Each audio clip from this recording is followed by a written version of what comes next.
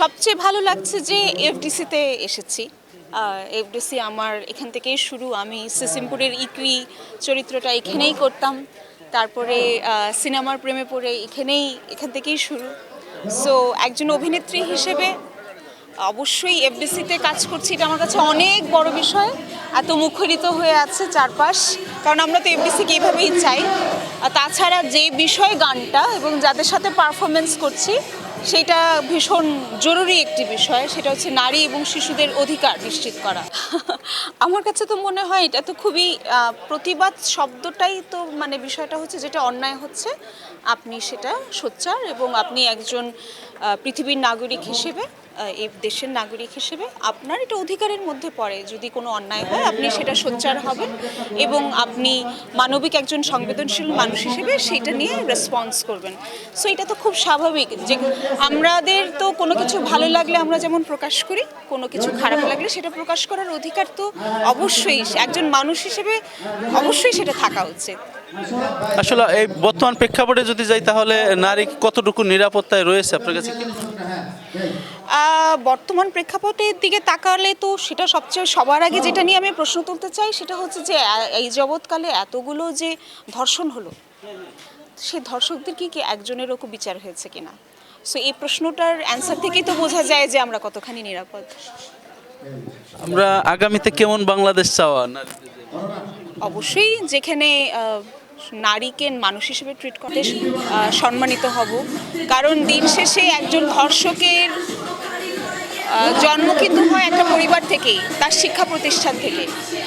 So বাড়িতে আপনি আপনার মায়ের সাথে কিভাবে আচরণ করছেন, আপনি আপনার বোনের সাথে কিভাবে আচরণ করছেন এবং নারী কিভাবে তার অধিকার নিয়ে কথা বলছে। সো এই বিষয়টা তো আসলে পরিবার থেকেই শুরু হয়, তারপর সেটা স্কুল, কলেজ, ইউনিভার্সিটিতে তারপরে না হয় আসে।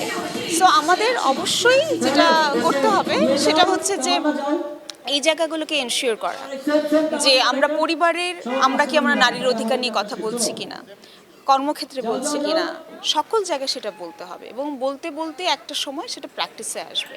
সেটার জন্য অবশ্যই সবাইকে কাজ করতে হবে এবং আমার কথাটা হচ্ছে সেটার জন্য সবার আগে জরুরি হচ্ছে আমাদের যারা পুরুষ বন্ধুরা রয়েছেন, আমাদের যারা বাবারা রয়েছেন, ভাইরা রয়েছেন, যারা আমাদের বন্ধুরা রয়েছেন, তাদেরকে আরও বেশি সোচ্চার হতে হবে। কারণ দিন শেষে সমাজে যে কোনো সমতা আনতে হলে সবাইকে সমানভাবেই কাজ করতে হবে।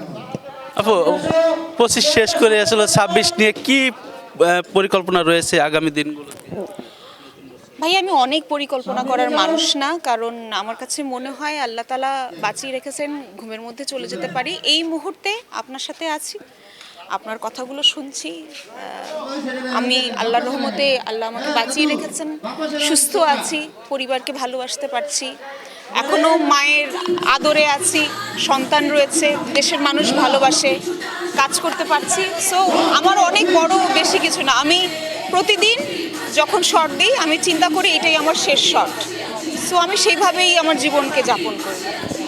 আগামী ঈদ আসলে ঘনিয়ে আসতেছে, আসলে এই ক্ষেত্রে ঈদে কি কোনো নাটক মুভি আসতেছে?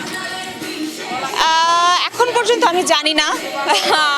আমি শুধু একটা সুখবরই দিতে পারি যে আমার একটা চলচ্চিত্র যেটা নাম যত কাণ্ড কলকাতাতেই, যেখানে অনিক দত্ত পরিচালনা করেছেন এবং ওখানে আবির চ্যাটার্জি রয়েছেন।